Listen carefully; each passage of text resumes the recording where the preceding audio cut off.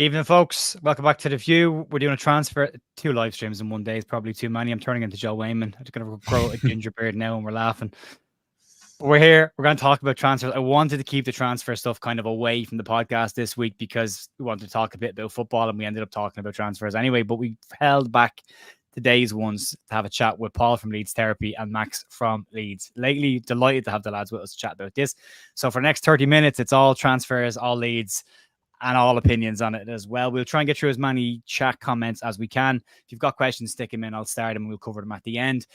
And I'll try and get through one or two of the stuff up on the screen as we go along. But if your comments aren't on the screen, it's because I'm trying to listen to the lads as well and concentrate. But we can try and juggle the two. But we'll do a quick check-in and start off with Paul and go, how are things, Paul? How are you doing, mate? I'm very good, mate. Thank you. I'm relaxed, happy. I am... Yeah, it's been an interesting week football-wise and how quickly everybody's mood changes. I swear the 49ers have done this on purpose. Genuinely feel like they've done this on purpose. Just to... Gaslit. Yeah, pretty much. So yeah, no, I'm good. Thank you, mate. I'm good. Good. I'm glad you're out. I'm not far off agreeing with you there at all, mate. I'm thinking the same kind of thing of going... I read the press release on the Solomon transfer and the wording of our... patient approach in this window had paid dividends, but like, don't claim this as a strategy. Do not claim this as a strategy. But I did say when I was on Joe's show last week, Max, if they did pull a rabbit out of a hat and get all the deals the Farka wanted done, it would be a hell of a strategy. And it appears on paper right now, as we head into deadline day tomorrow, that Leeds might get everything that Farka's asked for, with the cherry on top of potentially an additional number 10 in either Salai or Hamer or A another. What are your thoughts on it so far? And how are you, Max? I know you've had a bad day today, but how are you? Yeah, well, I'm better now that we're talking about Leeds, talking about football. It's easier to talk about Leeds when we're not actually playing a game, isn't it? Because there's not as much stress on it.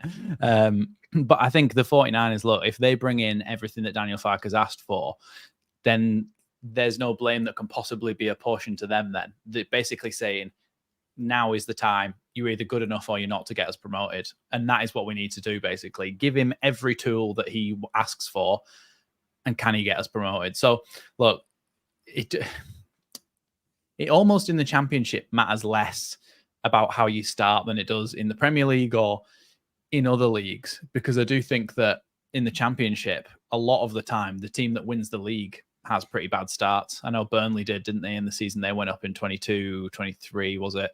They had a really good season, but a really bad start. So, look, bringing in players towards the end of the window, not the end of the world, as long as they do get done. And I'm pretty happy with what we've done and what we are looking to do. Thanks, Ben. What we've done and what we are looking to do in our final stages of the window. Of course, deadline day tomorrow. So hopefully we bring in, well, it's going to have to be 2 now on the same day, which isn't something that we've done very often, is it? So hopefully they get a joint announcement or something. There's going to have to be a couple. There's going to have to be a few, because as it looks, one of the players that was possibly likely to come in today in Isaac Schmidt looks like that could happen now tomorrow. He has also scored an absolute banger for St. Gallan tonight in the Europa Conference League qualifier, which I hope the transfer fee's already been agreed and nailed down and no mucking about with it. But he potentially is coming tomorrow. You have Ao Tanaka, who, according to Graham Smith, is in the building. And we're just waiting on the formal announcement of that signing. It took 12 months, Paul, but Daniel Farkas finally got the number 8 that he wanted. No, absolutely. Did you see the picture as well on X of the plane landing as well? I love the graph. Love the graph. I live, I'm not joking, I live 2 minutes from Leeds Bradford Airport. So technically, I should be the one up there in between the thing doing all the pictures and everything. But yeah, no, it's funny because... Hang on, sorry, Paul. Sorry. If you're not outside Leeds Bradford Airport tomorrow with a microphone doing live streams, you've missed an opportunity, pal. I think, well, it depends how I'm working and everything, but I might be. It's funny because a lot of people, well, if you've done your research on Tanaka, you know that he's a very, very good player. He's very technically minded. He's very good, very box to box, something that we've kind of been missing.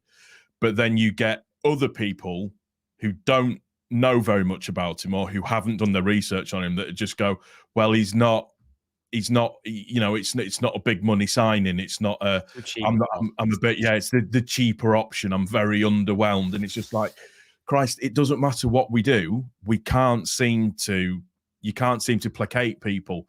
And it's just like, the lad's not even through the door yet. I've watched a lot of games of him or highlights of him.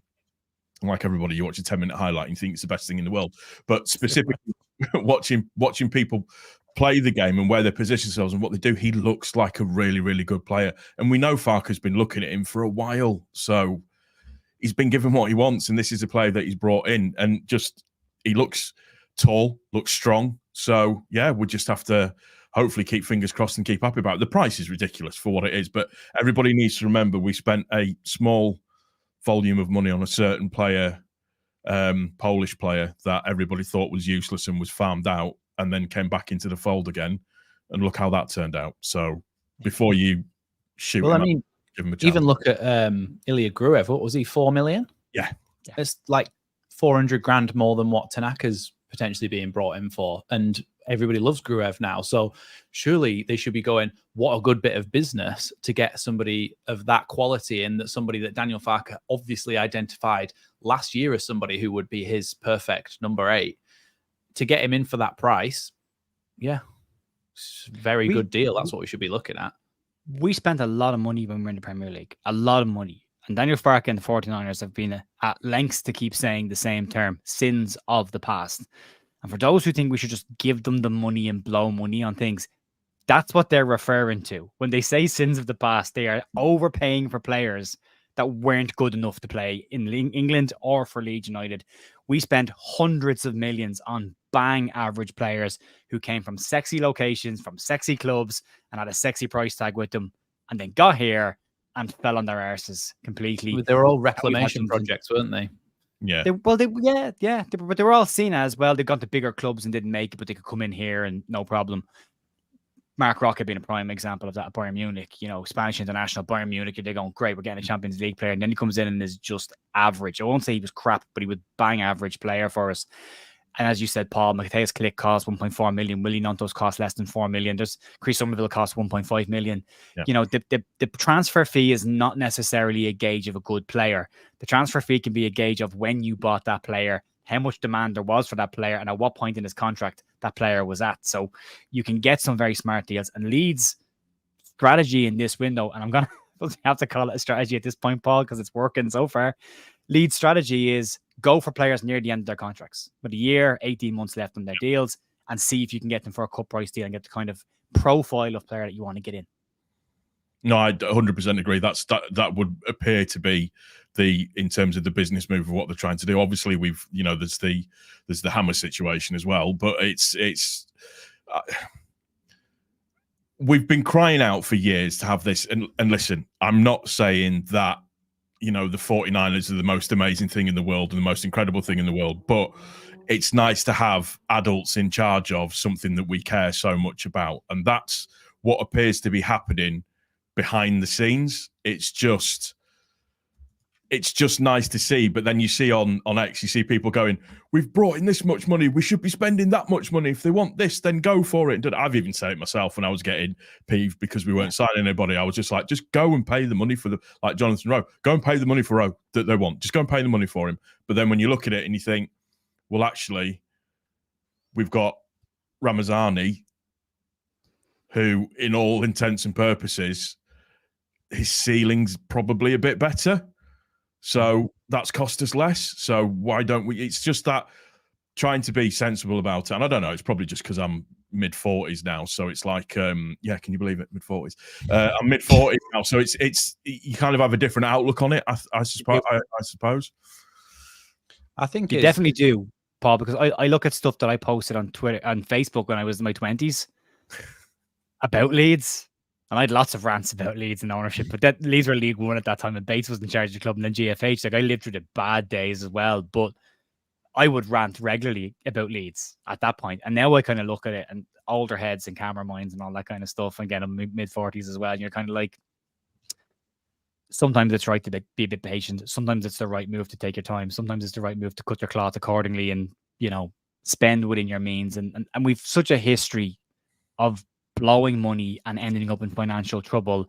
I I scratch my head and wonder why people want us to go into that mess again, because it's a slippery slope. You start wasting money. I'm glad we've got pragmatic owners. I don't think any ownership is perfect. And if you look at most clubs around England, most of the fan bases don't overly love their owners either. It's just, can you get the better of the bad ones? And look, we have managed to get a lot of players in there that look like on paper they're a decent ceiling max, and they've not broken the bank, and we're within PSR, and we could have a hell of a team.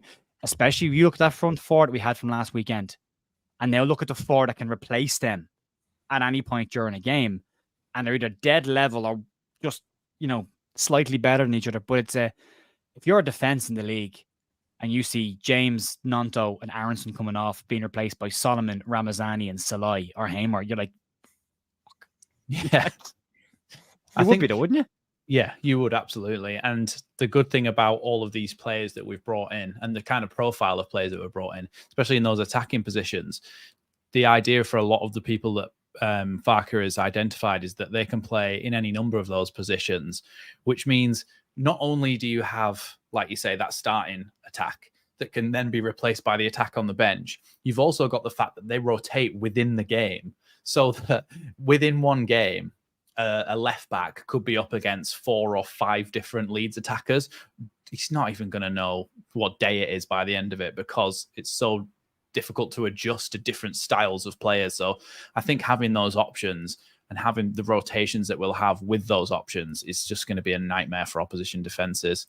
But I think what you were saying about bargains and about getting the right player for the right price, there's a lot to be said for future planning as well. And I think there's a difficult place to strike when you're trying to get promoted from the Championship. You don't want to spend too big, because those players have no guarantee of working well in the Premier League. If you sign, who have we signed for cheap? If you sign Bogle for £5 million or whatever he was, and you go up to the Premier League and he's not quite good enough, that's only £5 million that you've put on the bench, and you replace him with a better player.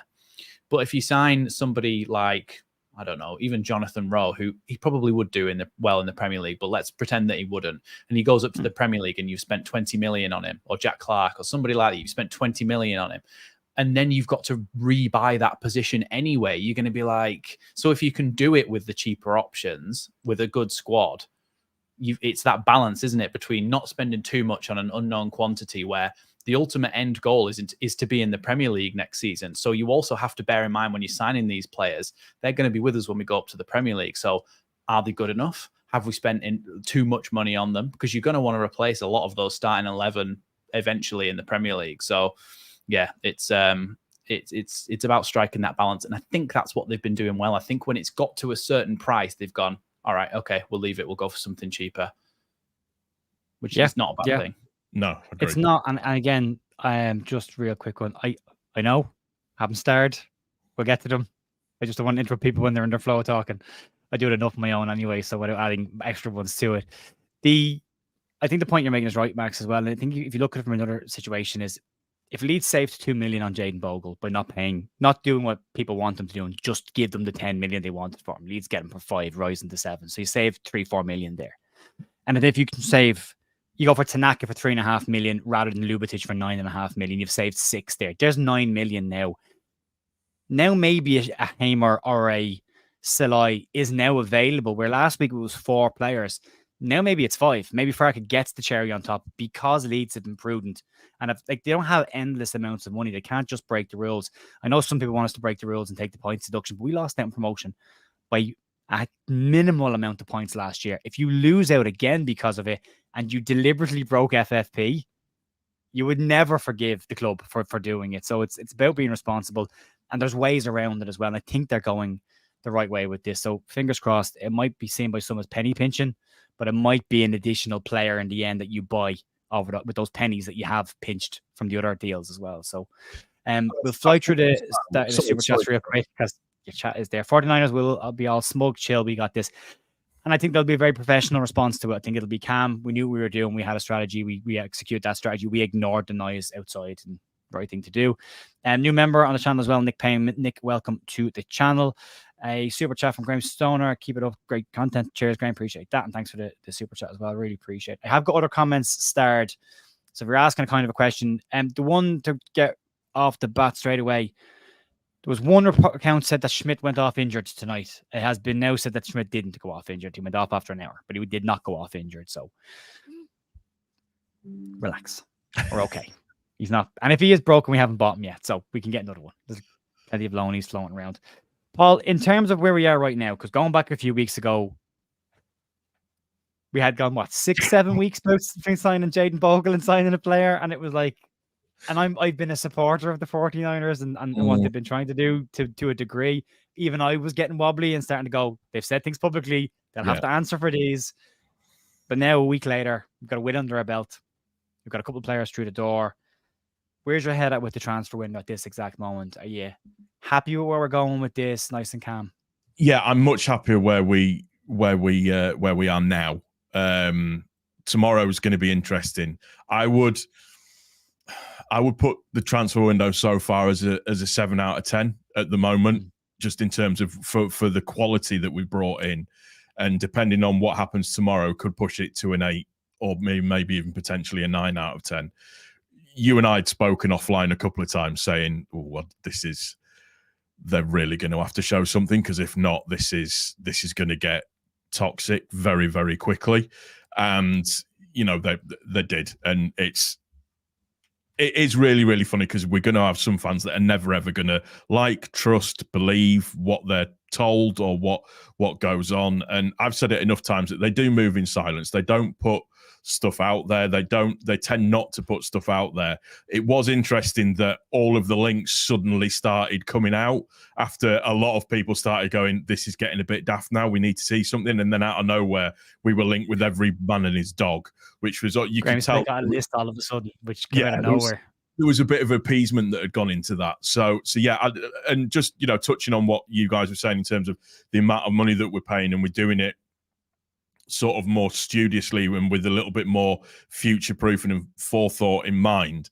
I do think as well that they are probably holding a little bit back for January. I just wanted to get your views on that. So not to absolutely splurge everything now, but last year we were 100% hamstrung by stuff and why we couldn't get certain players that we wanted or things through the door happening in the January transfer window. And I just think they're just planning and being strategic in terms of what they're doing for the January transfer window as well. I don't know, wanted to get your views on that as well. It's just something that I've seen and kind of agreed with a little bit. It's a smart move, isn't it?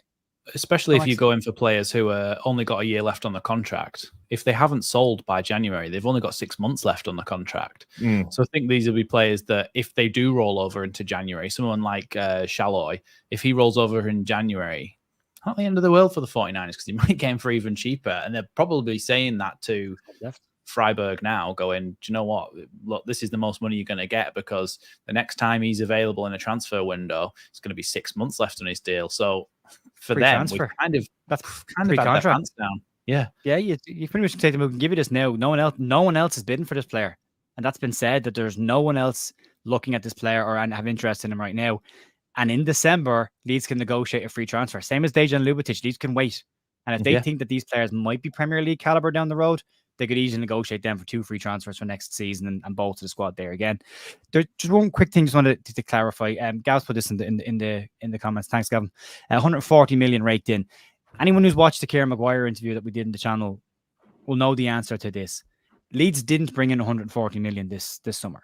Leeds received 140 million in offers for players, in terms of they were the fees that were agreed. You don't get that money in one lump sum.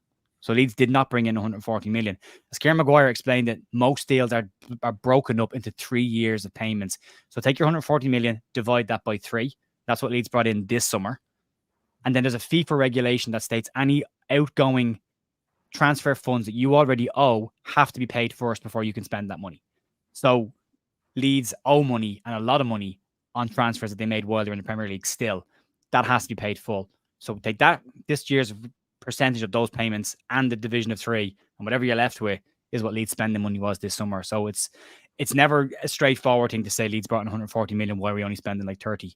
Leeds didn't bring in 140 million. They will over 3 years bring in 140 million, but not all in one lump sum. So, but the information's in the Kieran Maguire. It's a long interview, and it's about football finance, so it gets a bit head noddy at times. So But if you watch it and stick with it, especially towards the back end of it, you'll get that clarification on it. It kind of clears up how transfers work. And I wasn't 100% sure, but it's useful information to have just to keep you straight on where the money goes and what we actually physically have. So yeah, there we go. Jim, the same token, our outgoings are staying. They are, 100% they are as well. But we've got a lot of them over. Leeds of them are amortized their transfers over like 5 years. So we're only at the Premier League. This is our second season, so we still have plenty of time on them. So yeah, but it is a fair shout, Jim.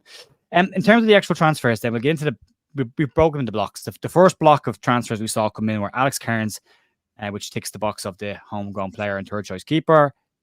Brought in Joe Rothwell, Joe Rodon, and Jayden Bogle. Max, as an initial group of people coming in, decent enough, solid bodies in the door. Happy with them when they came in. Yeah, the thing is, it doesn't feel like as much, does it? Because Rodon was already playing for us. So it's like, oh, welcome back. But that is £10 million that we have spent on him. Jayden Bogle, like I said, he might not be the best option for the Premier League, but he's certainly a good option in the Championship getting forward. And Joe Rothwell, whilst a lot of people were underwhelmed by it because it's an English loan player from Bournemouth, it doesn't sound glamorous. Sometimes we can be misled by glamorous signings. And I think Adrian, for one, is one that comes to mind. Whereas Joe Rothwell, solid number 8 option, box to box. He'll do a job for you.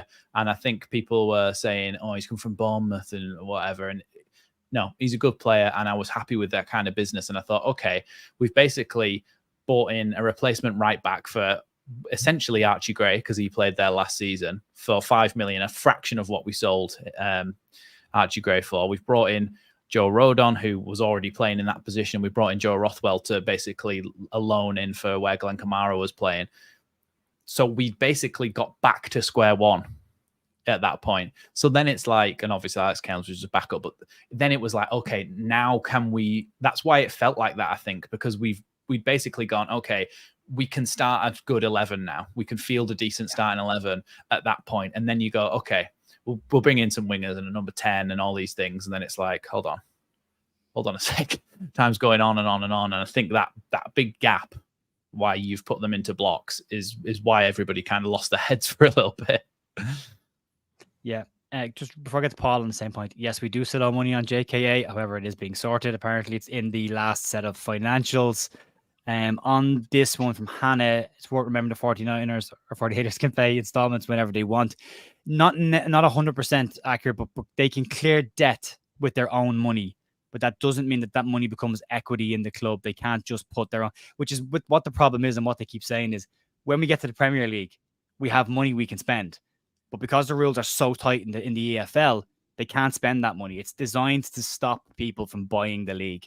And that's why the 49ers can't just pump their own money in. That's why the piece in the Kerr Maguire interview that's interesting is the Red Bull conversation around, did they buy fresh shares of Leeds United, or were they buying shares from the 49ers pool of shares? Because if they bought them from the 49ers pool of shares, that money can go into the club and be spent. But if they bought brand new shares in the club, it can't be transferred into money that can be spent. So there are some finer lines, and I'm not an expert on finance, so I'm going off what Kieran is saying. And I did ask the questions that people ask, so it's worth having a look at that. Another new member to the channel as well, Jan Vidar became a new member. Welcome to the channel, Jan. Hope you're well. Paul, on the first block that came in, Cairns, Rothwell, Rodon, Bogle, not the sexiest names in the world, but a couple that needed to get done and a couple of positions that needed to get filled.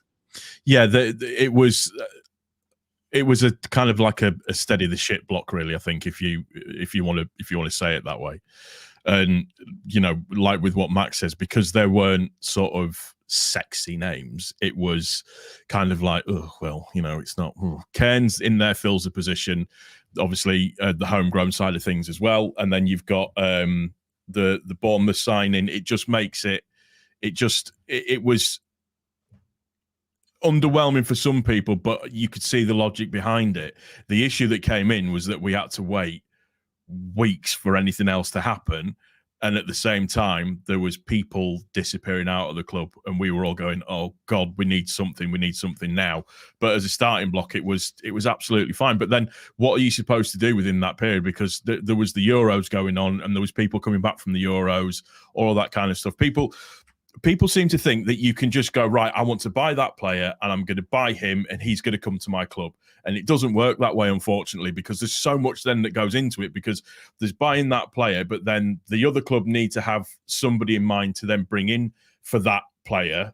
And it's like the best analogy, buying a house. It's like a chain process. So if you're buying a house, you need to make sure that your house is sold before you can buy that new house. So it's that type of process. It's not a case of being able to go out and go, right, there's 50 million quid, for argument's sake, he's our player now. It doesn't work that way. There's so much more that goes into it. Not only that, there's the negotiation side of things for the player, for the contract as well, which people don't sometimes always understand or see. So, patience. But yeah, I was reasonably fine with the first block that came in. Absolutely. If I look back at Nick Hammond's history, especially when he was at Newcastle, the first thing that he did when he went in there was brought a new goalkeeper, 2 new centre backs and a fullback, came in straight away. And then the second window with more defenders. So the first thing that they did was set up the defense to make sure that they were solid at the back and they weren't going to concede goals. That was the most important thing that they did. That was the first thing Nick Hammond did. If you look at last season's transfer windows, there's a lot of defensive-minded players that Leeds brought in, between a backup goalkeeper, centre back. They brought in a fullback in this one, but they brought in defensive-minded midfielders and Amadou and Gruev. All defensive-minded players. The bulk of them that came in were defensive-minded. This season, it's been all attack-minded players with you have to make Rodon permanent, but he was here last year, and Bogle fills a gap that's left by Ayling and Archie. So, but outside of that, the bulk of the rest of them are all attack-minded players that have come in, which again was similar to what Newcastle had done in their second season when they pushed on to go for Europe. So it seems to be on paper a smart strategy and I've said this before, if you don't concede goals, you're at least picking up a point in a game. That's the first thing. Keep clean sheets and you've got a chance of something. But the second block came in after a pretty long wait, 6 weeks max without a signing. We all got really edgy. And then we saw Largi Ramazani come in the door, followed shortly after by Manor Solomon coming in from Spurs, which people will talk about injury histories, but you don't get a Champions League player unless there's a reason for it. So we might be thankful of those injuries come the end of the season. But what were your thoughts on the second one? Ramazani and Solomon, 2 very attack-minded players. 2 players that had different profiles to what we've got going forward. And fill gaps left by Cree and by Georgie, to a degree. It's one of those, isn't it, where it's kind of like 49ers were moving so quietly that nobody really knew about Largi Ramazani until, a day or 2 before. I think it was only when that one came up. So, again, it was someone that I think... And I think also the reason why that gap was so big is because they were looking at Jonathan Rowe. They were looking at other options in the Championship like Jack Clark. And they were exploring both those options, obviously having conversations with those clubs, with those players, seeing kind of how they felt about it. That takes time. It takes time for people to come back to each other. And apparently a lot of these transfers now is literally all done through like WhatsApp. I think it used to be back in the day they would fax each other, fax the clubs and stuff. But now I think they literally just have the WhatsApps of all the different clubs and they just text them basically saying about the availability of players. But it's all of that negotiation. And I think they've gone, okay, Jack Clark's too expensive for us. Jonathan Rowe's too expensive for us. What else have we got on our list that is the next best thing? And then they've gone and got that. So I think that's good. Obviously brought in Solomon on a loan, like you said, Jer, injury prone, so that is a reason why you're able to get him. If he can stay fit, I think he'll make a good contribution to the team. Not somebody who I would want to sign permanently when we went up, I don't think, because just injury records are just going to kill you. And we've seen how bad it can be when all of your players are getting injured all the time. And you're fielding 15-year-olds on the bench. Granted, that 15-year-old went on to make about £40 million profit. But I don't want to be seen getting into a position like that again. But for this season, contributions can be made, definitely. And I think I'm just looking out for a proper number 10. That's what I really wanted. I think we'll still be one short if we don't get an actual out-and-out number 10 because, well, I'll save that for when we're talking about the potential players that are coming in. But yeah, that second block is kind of like, okay, we've replaced some of our wingers. Now it's like, next block, I want a number 10. Paul, Ramazani might not have English experience in terms of first team football in England. They've come through the Manchester United Academy as well as been a time at Charlton, but he has played in La Liga. He has scored at the Bernabeu. He has played against Barcelona. He has played against big clubs and high pressure moments.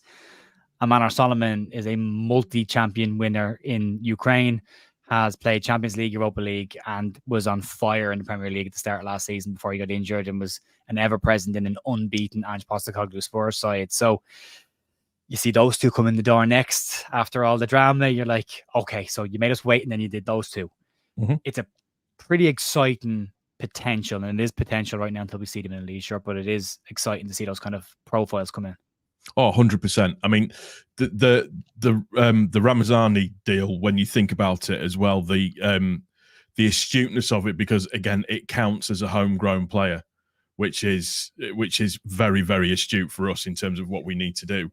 When you look at his statistics, brilliant, absolutely brilliant. And I know you shouldn't base everything all over just some statistics that you see, but in terms of what he's got the potential to do, fantastic. Solomon is just ridiculous. In this league, I get the injury side of things, but in this league, he would be ridiculous. He's very short. I didn't realize how short he was until I watched until I watched the training video. But just in this league, he'd be if he stays fit, consistent, and in the team,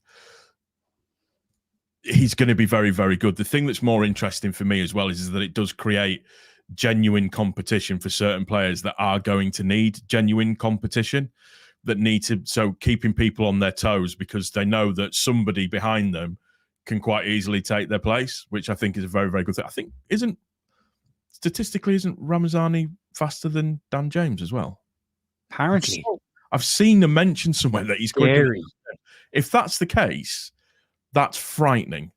That's absolutely frightening. But, you know, we've got to see them play. The Championship is a different ball game altogether. I mean, look at what happened to Matt O'Reilly playing in his first game for thingy. That tackle is just disgusting. So the Championship is it's a different animal altogether. But yeah, those two signings at that time, it does make you go, actually, yeah, that's really, really good. That makes me quite excited. It puts the jingles in my tingles, as I like to say.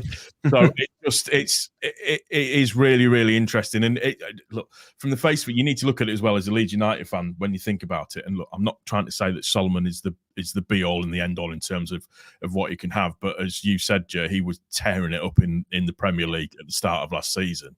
And the fact that he has come to, I know he wanted to stay in England, but the fact that he's come to us, he could have gone to Getafe, he could have gone somewhere else as well, but he's chosen to come to us to play at our club, drop down the league. That speaks volumes about us as a club, and we should be proud about that, and we should be happy, we should be excited. We want people that want to play for us, so yeah, I'm happy. Yeah, I would completely agree. A real quick one just to get this rumor out of the way, because it'll just keep popping up. Leeds have categorically denied there was any bid put in for Gus Hamer that included Joel Perot. Categorically rejected that was the case. They've said, and Farkas said, Perot's going nowhere. So no, it's not. That's not the most unbelievable thing in the world. If it happened earlier in the window, because you can see that Peru's not working. But that would have, if they were going to do that, they would have done it earlier, because they would need time to bring a replacement in. If you're offering your striker and you've only got Mateo Joseph and an injured Patrick Bamford, and then Mateo Joseph gets injured, everyone goes, whoa, hold on a second, why did we get rid of Joel Peru? So it's not going to be something that they do unless they were literally bringing in a striker through the door as he left. Yeah, which if they shook hands like a substitute as they left the building with the new striker, then I don't think that's going to happen. Hand over his shirt and away, swap over. There, off you go. Yeah, I don't think Leeds will do a striker in this window. I think that if they do Salai, we'll get onto this now. If they do Salai, he can play as number 9. Ramazani can play as a 9 as well.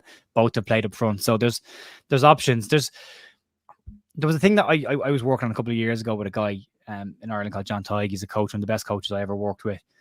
And we were trying to work on a front four that constantly rotated.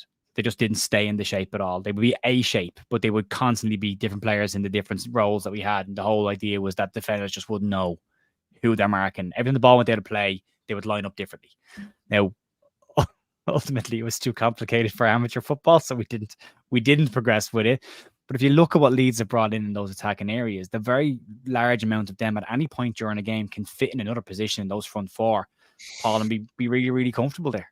Yeah, that's the thing, and you saw it against Sheffield Wednesday. Something that I picked up on was that Nonto and Aronson were switching positions a lot.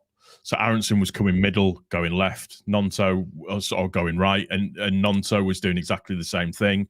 It was interesting to see.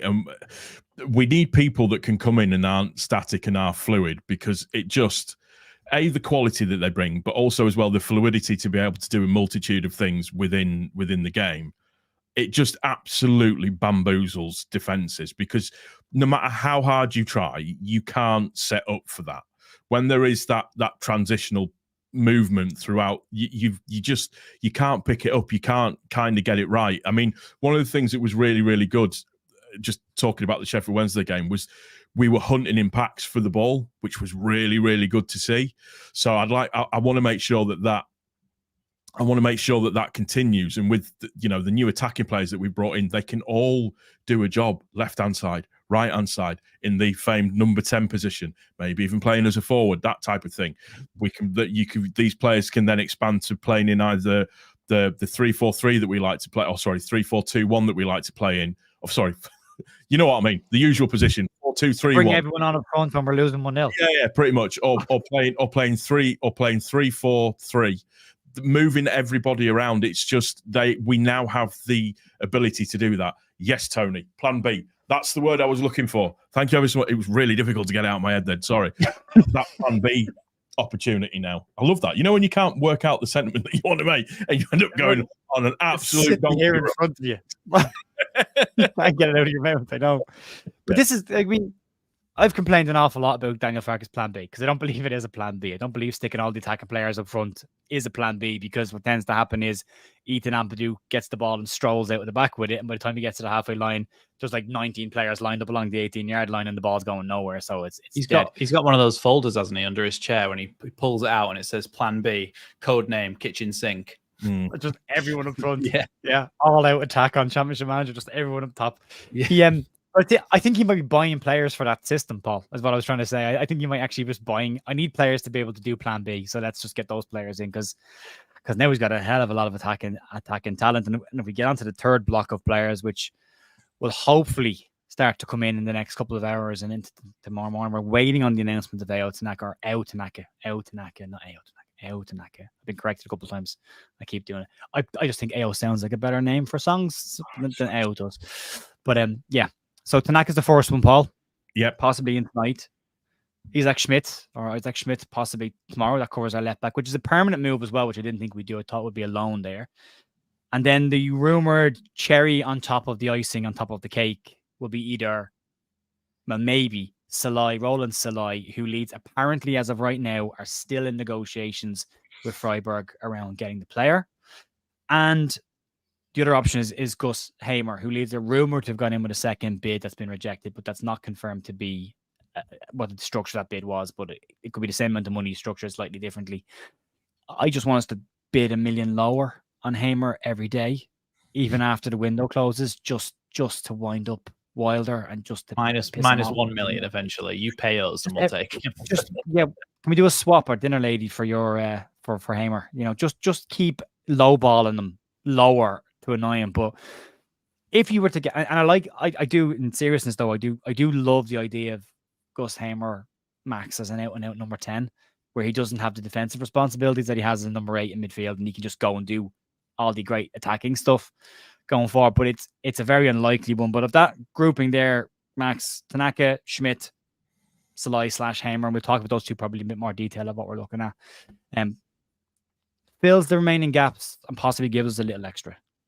Yeah, I think Tanaka is that number 8.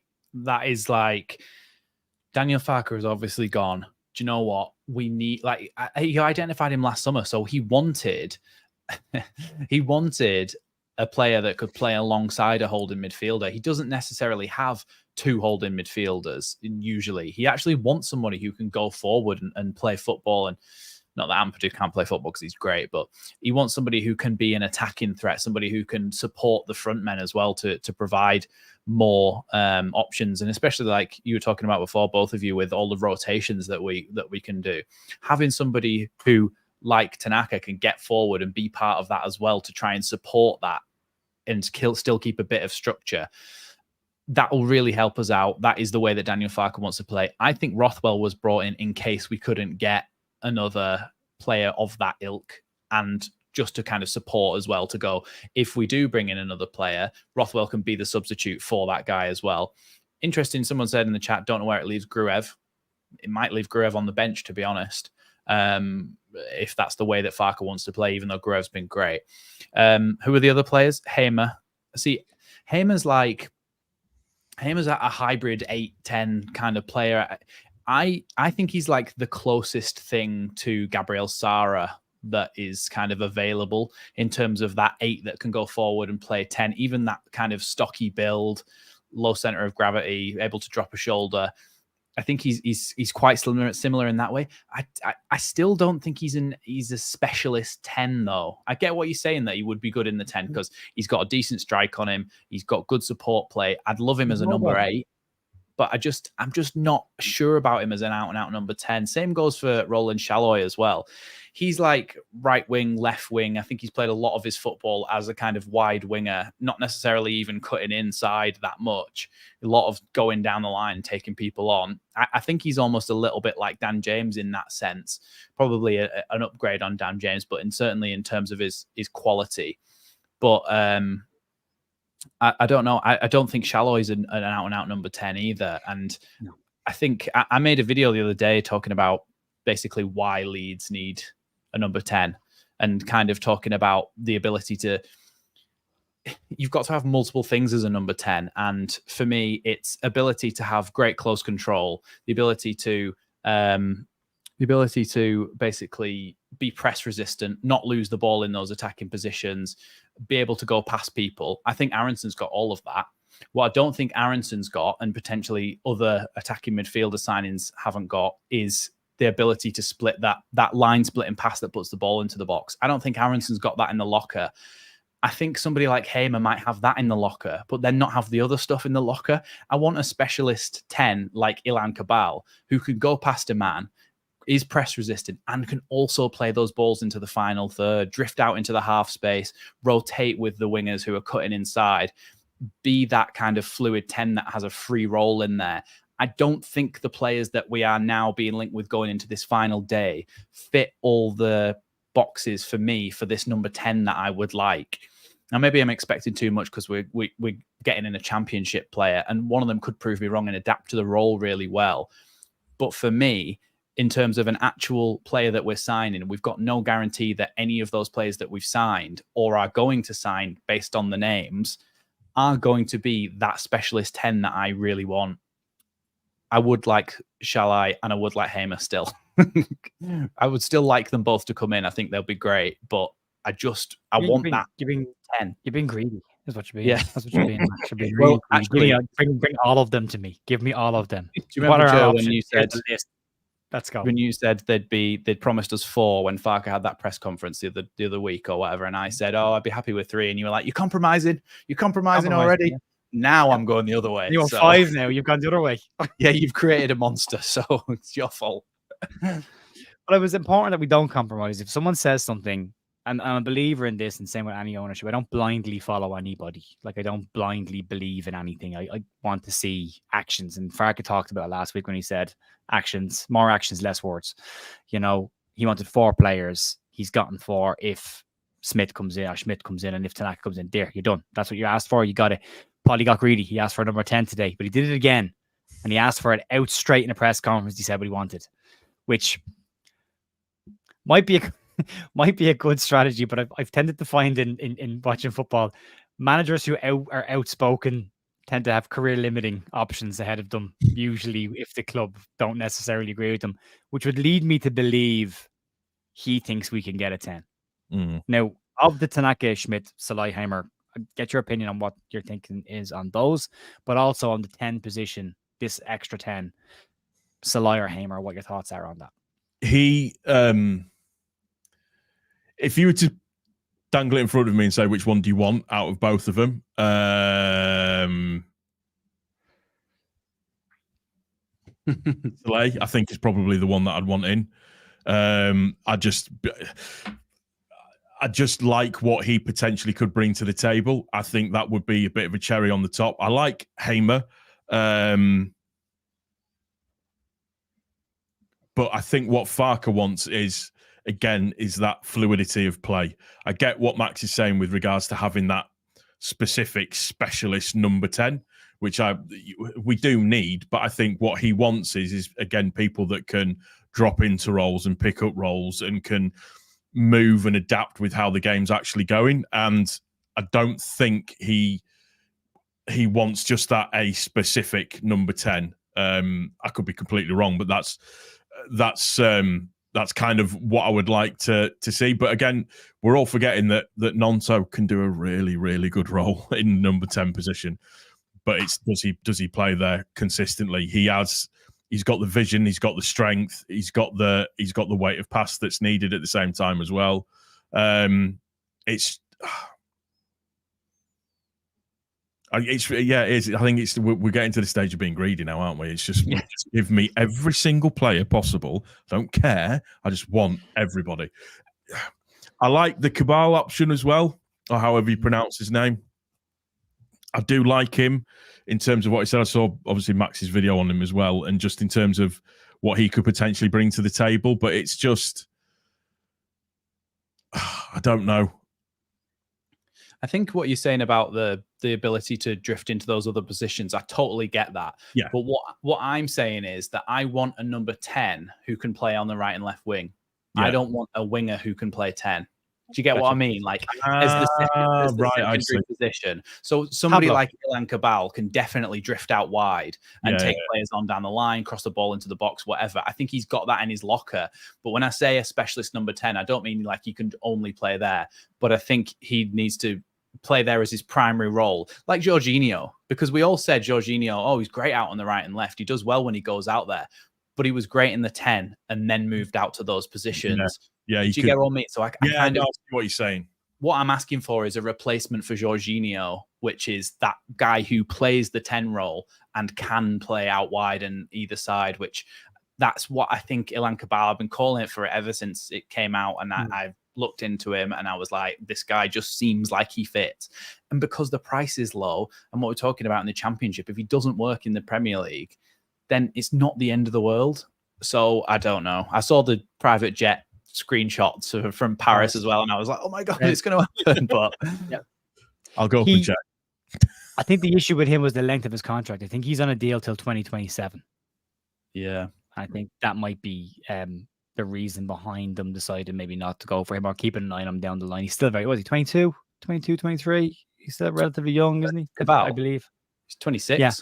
26. He's coming to the peak, then you want to get moving on that. Yeah, fair enough. Yeah, because I think Lockie was talking about, because Lockie identified it on Joe's scout report video in January, Ilan Cabal. And I think what he was saying was that he hasn't had a fantastic career up to that point, but he's having his best time a little bit later. He's like peaking at a later moment, if you get what I mean. So I think, he seems like he's a young player when you look into him, but he's actually like 26, 27. And I think he's just kind of finally coming into his own and learning who he is as a player now. And that's why he's seeing so much good stuff about him.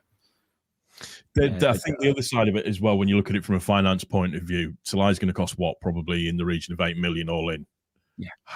Hamer's going to cost more. Hamer's going to cost close to 18. Yeah, add another 10 on top of that. So it could come down to the finances side of thing as well, and just seeing which actually fits in. Well, I think it's the same as what I was saying before about Jonathan Rowe and Jack Clark, prime targets. Yeah. Okay, we can't get them. They're too expensive. Laji Ramazani. I think that this is just an extremely sped up version of that process. I think this is, can we get Hamer? It's too expensive. Okay, Tanaka, you're in the door.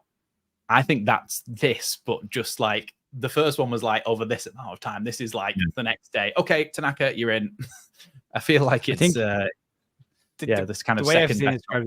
Leeds have thrown a huge net out early in the window and put feelers out for lots and lots of players with their list, and then have, based on the feedback, have decided, well, when we can go for him, what's on his contract, when can we go for that guy, when's the best time to go for them, and they've sat and they've waited, they've gone through their target list. The same when we signed Willie Nonto, we wanted Charles de Ketelare, didn't get him.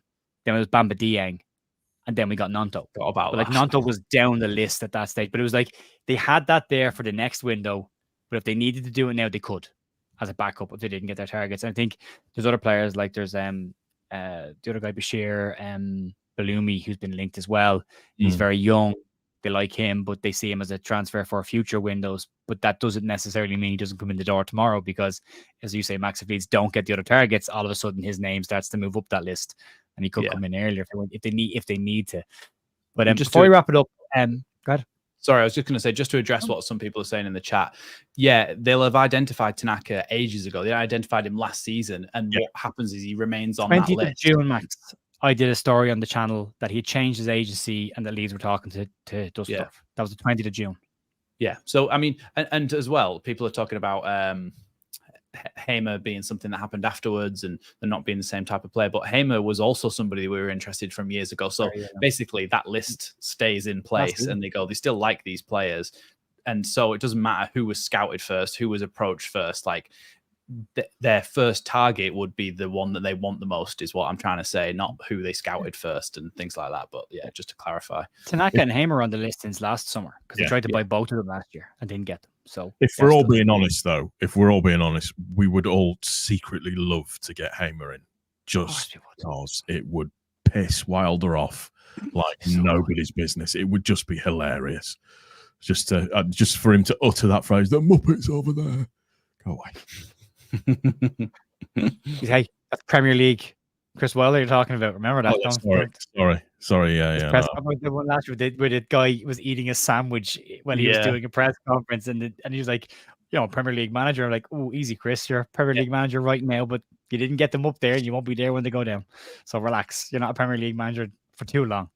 I'm happy to. I don't dislike many managers, but Chris Wilder is one on the list. I no problems. Keep on poking. But before we wrap up, we're going to rattle through a couple of quick fire questions that we did start earlier on have come in.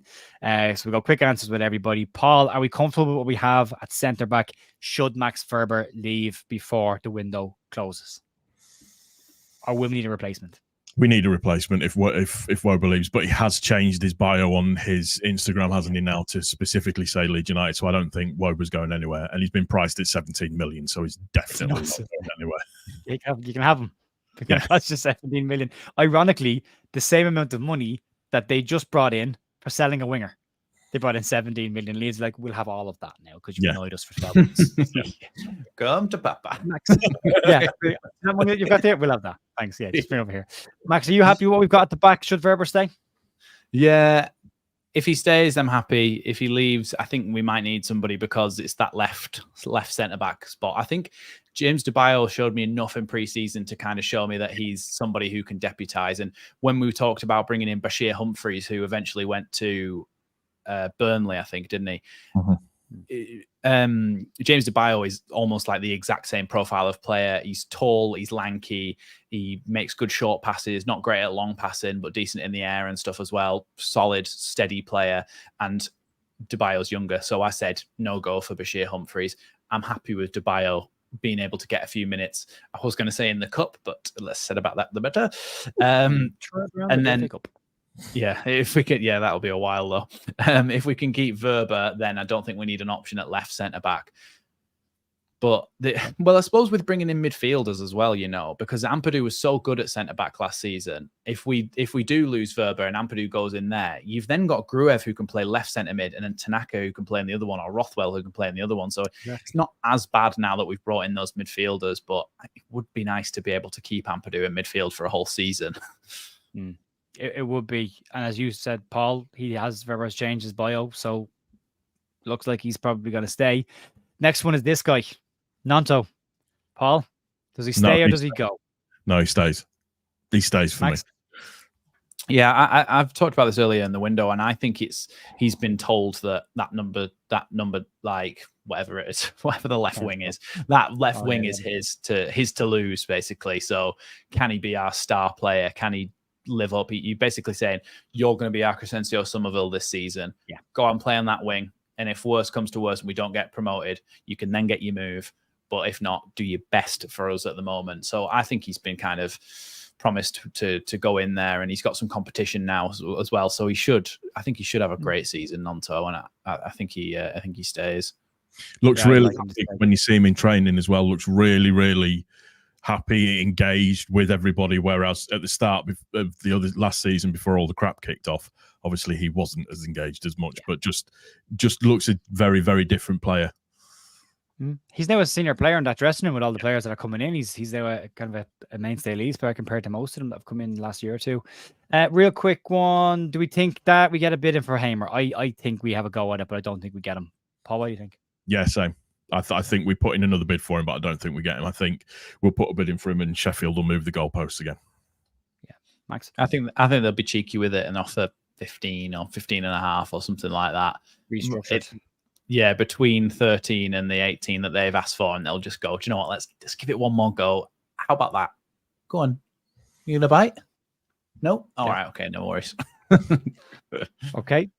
So, Roland Salai, is it happening? They're talking. Do we think we get Salai? Max, does Salai come in? Yeah, go on. Why not?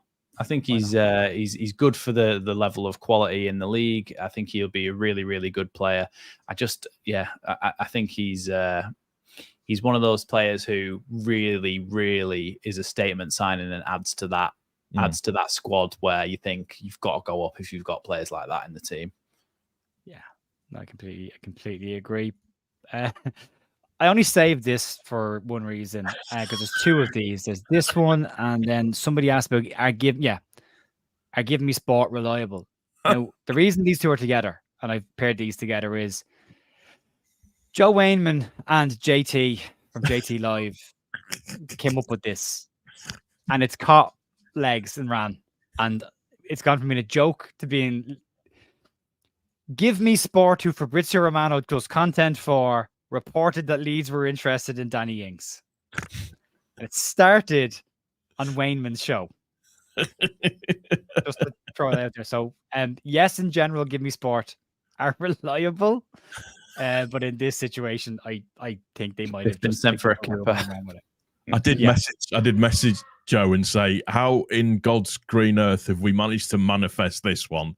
Because just the stuff that JT's been putting out. Didn't the Square Ball do this a couple of years ago? And they made a fake rumor. What wasn't the Paul? Because the Paul messaged Dan Moylan, or liked it, Dan Moylan tweet about him, and that. Yeah, it was after that. I think it was. I can't remember who it was, but they definitely were like, let's just make this up and see what happens. And there was loads of articles reporting it like the next day.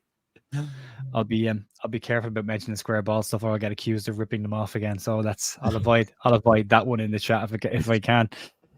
There's one quick thing on the FFP stuff that just came in, and this is right. So that was the original question. Apologies, yeah, we covered that. The stadium, if Leeds are putting money in development money into their stadium or into their women's team or into the training ground, they're outside of FFP. They can be taken as investment instead of FFP, so you can spend that money. The one for me, lads, is this. What happens to Joppy now? Because if all these players come in, my fear is that he even falls off the bench now completely. He goes out of the squad. Like there's... Yeah. I think he needs to move. But then he does. He's had that loan to Sunderland before. It didn't really work out. We all thought he'd tear it up there. Just something not quite working. And I still don't think I really know what his position is. He's kind of, in pre-season, I saw him on the right wing and I thought, he looks quite good there cutting inside. But then there's been other moments, whenever it's actually a season game, I'm like, there's just nothing really happening. But what I think it is, he's the type of player who needs to play in the number 9 because he's the type of player who's a bit of a fox in the box. Like the goals that he scored in that Jesse Marsh run where we just stayed up, the one against Norwich at home, and the goals that he scored were tap-ins on the line because he was in the right place at the right time. I think he's a bit of a fox in the box number 9, but what team is going to start him as their number 9 every week? I think he might be best in a 2 up front with another striker, but that doesn't really happen much anymore. So I'm kind of, I don't know. I think he's a bit lost at the moment. I don't really know where he fits into any team. One thing I will say about Joffrey, though, is that he never, ever, ever complains. He just gets on with it and does it. I think for his own growth, I think he should go. I don't think he does. I think Farke really likes him. I think Farke likes his attitude. I think he likes his commitment. So I think he will always be on the bench. But personally, and it's nothing against Joffrey, I think it's time for him to go. Yeah, I agree. Sturridge was the player. Right. That's where ball started from about. Thank you, Stu. Appreciate that. Yeah, I think everyone's kind of on the same thing. I mean, I don't think there's anybody that dislikes Joffrey. I mean, everyone wants Joffrey to be a success. I would love to see the kid go and make it. As was said, Sunderland fans said the same thing. He was brought in as part of a two, and then the main striker got injured, and he ended up playing up on his own, and it just didn't. It doesn't happen very often anymore, though. People play with two strikers, does it? So then, very rare. You have to go down very limited, isn't it? Yeah. You've got to go down to League Two, League One before you'll find teams that are playing two up top and playing 4-4-2. I don't know why we don't loan players to League Two more often. There's nothing wrong with it. I mean, you're getting game time, and that's ultimately what it's about. It's about playing on a regular basis and proving you can do it. So, I mean, you saw like Lewis Bate did. He's having a cracking season. He started the season really, really well. So, it can be done. I mean, Luke Ayling historically, but his history was he went down to Yeovil to play football and then worked his way back up. So, if you're patient and you do it the right way, Liam Kitching. I'm going to keep bringing up Coventry centre back was Leeds youth. We let him go a couple of years ago for nothing, and he was probably one of the best centre backs in the championship last year for Coventry. So they can peak at different times. And you talked about earlier on, Max. You talked about Cabal peaking later. Cabal him peaking at a different age. Like it happens differently, and you've got it. But for me, Leeds don't have a reserve team, and he's not playing on 21 football, and training matches aren't good enough, and he's done nothing but play training games for 3 years. He needs to go and play real football and play competitive football and back himself to go and make himself. I 100% get what you're saying, Paul, about the fact that Farke likes him. But Farke liked Jamie Shackleton last year as well, and he played no football, and that's the problem. There's the selfish part of you is like, let's keep them. Because I do see something in Joffrey. I do think there'll be a moment where it just clicks for the kid. Because, again, as you said, hard worker, shuts his mouth, gets on with it, does all the right things. You want to see that rewarded. I just hope it does. And I think just let him go on. If we bring in everybody else, let him go on loan. Let him go and play somewhere. I wonder why we don't loan people abroad more.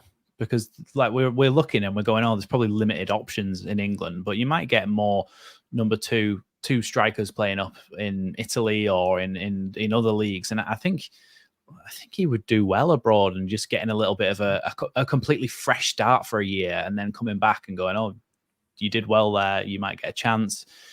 I don't know. I like him and I don't want to sell him because he had so much potential when every time his name was mentioned in that Jesse Marsh season, he's coming off the bench and it's like he had so much hype. But yeah, I hope he kind of gets back on that track again. He had a couple of moments of just pure magic as well during that time, which was and that's where you know that there's definitely a player in there. Like I say, 100%. There's definitely a player in there. If we were, somebody just mentioned it in the comments. If we were doing more of a 4-4-2 system with maybe Pirot up top and Joffrey, that would work. That would work so well, so well. But unfortunately, that's not the system that we play. It's not. You gamble. You don't know I was going to make at your club. Gerovling. I'm not sure if I've said that right. Why do we buy JB? I think JB's seen as a more longer term prospect. He's doing okay at Plymouth. He had a very good short spell at Plymouth last year, and they played him as a number 10 in 2 matches, and he was man of the match in one of them as a 10, where we bought him and played him as a 6. And I think he's playing a more advanced role so far for Plymouth so far as well, and he's doing okay. So JB's still got lots of time. I think he's got 2.5 or 3 years left on his contract. I think there's an element of FFP with that deal as well. The fact that we played £5 million for a youth player at that time was like, whoa, that's a lot. But now you see it in all of these teams paying so much for youth players. You're going, oh, okay, so classic Man City aware of a loophole before everybody else is. Allegedly. Off by a 12-year-old at the moment. Yeah. So academy. Yeah. So I think there's an element of that, but that's not to say that he's not a promising talent and a good player. But when you sign for somebody like Leeds, you've got to be good to get in that first team. You've got to be really good to get in that first team. So loan time's fine. Just get your experience in, JB, and hopefully come back at some point. There's the getting rid of the reserve league was one of the worst things that could have ever happened to English football, because if you weren't playing in the first team, you were playing in the reserve league, which means you were playing at least 1 or 2 games a week, which meant you were always sharp. So if you went into the team, you were ready to go. And it's just, it's an absolute travesty that we don't have reserve leagues anymore. Yeah, I understood the reason at the time, because they wanted to stop teams from stockpiling players, but they're just stockpiling new players now. So it didn't really fix the problem at all. It just created a new problem where you had all your first team players sitting on the bench doing nothing. And then meant clubs had smaller squads as well, because you don't have too many players around the place doing nothing, which meant there was more injuries being picked up by players because they're playing more football than they used to. The rotations were less. So there's lots of negative knock-ons as well. I think there should be some form of reserve league brought back in. I know there is an allowance for 3 players that are overage from 21s. Yeah. But Farke is not that manager. We've seen it with the under 21s that sit on the bench. Once they're on the bench, that's it. They're on the bench and not on the under 21s. We saw Charlie Creswell play no football last year because he wanted him on the bench. But that meant he sacrificed playing for under 21s when he could have had a year of football under his belt. So it's tough. You're not putting yourself in the shop window and you're not showing yourself in your best possible light, because training games are never the same. It doesn't matter. They're very competitive in the English team. I think English teams, as Farke said today, Ramzani has found out pretty quickly this is the norm. Like some of the tackles he got hit with in training apparently were pretty hard. Yeah. And he was like, "Whoa, hang on a second." Farke's like, "That's the way it is here. That's the way it is in England. Get used to it pretty quick." So we'll have to say, folks, we've talked for an hour and 6 minutes. We were going to go for 30. Max, I'm sorry, because I told you 30 minutes and to get you out of here. All right. Don't worry about it. An hour. Great chat, guys. Really, really enjoyed this. Thank you to everybody that's watched tonight. We've had over 1,000 live watching as well, which is nuts at this time of the year. So I massively appreciate everyone taking time out of your evening to watch today. There's been a lot of content. We are back tomorrow morning. We have Leeds news in the morning, which will hopefully wrap up the AO Tanaka stuff. I thought we might get a sneaky AO Tanaka announcement while we were doing this, but not to be the case. You have to go over to Joe Wayman now at 8 o'clock and 9 o'clock and get it from him. I'll be in the morning to give you the detail. Then we'll have probably a couple of streams throughout the day, just seeing how things go. There'll definitely be one in the final hour of the window, getting the old group back together of Alex from American Leeds podcast and Michael Maynard from there as well, who will do the last hour of the transfer window like we used to do back when we started this. So it's been tricky to get everyone together again to do it, but we've managed to get everyone on the same page so far. So fingers crossed that'll happen tomorrow night between 10 o'clock and 11 p.m. And I believe Joe's doing a marathon tomorrow of streams. So all of us, I'm sure at some point, will pop up over on Joe's channel tomorrow as well. If you can check it out, do. And remember, as Joe says, the next 2 weeks for content creators are going to be barren because it's international break. And stick with us all. We're just going to be talking about crap for the next 2 weeks, so it's fine. No, it'll be really engaging content, Paul, that everyone's going to need to see. It's going to be brilliant, right? Paul, what have you got gone over your channel today and the end of the week? I have, obviously I'll be doing transfer talk tomorrow at some point. I might test the waters with doing a live, but I might not do it tomorrow because everybody else is going to be doing it. So I've got obviously the game coming up against Hull. So there'll be probably a little preview and a review of that afterwards. I've managed to secure tickets to the game on Saturday, so I'm going, which I'm really, really looking forward to. So yeah, I'm full week ahead, I think is probably the right way of saying it. So I'm excited. Good. Max, what about you? What's gone on Leeds lately? Well, there's been transfer videos all week, just scouting reports and looking at all these players because we've been linked with so many thick and fast now. And the information goes out of date within minutes. But tomorrow, I think it will be a bit more of a news roundup thing. You'll get all your Leeds United news then about the transfers and potentially a little bit of kind of scouting stuff on them as well. And then, of course, live watch-alongs for the game, and then some sort of reaction and perhaps some tactical analysis and all that sort of thing this weekend. Yeah, brilliant, Max. Sorry about that. Get distracted. I mean it, Paul. I just think you're missing an opportunity if you're not standing outside Leeds Bradford. And we just get people randomly today to cut over to you, and we bring you in and go live from Leeds Bradford, Paul, on deadline day. Something. I don't have a group of lads behind me. One of them with a dildo waving it. Your purple one waving at your head. Yeah. Then it's real. Then you can say it. Yeah. Right, folks. We'll get out of here. Enjoy the rest of your evening. Thanks very much. See you tomorrow. Bye.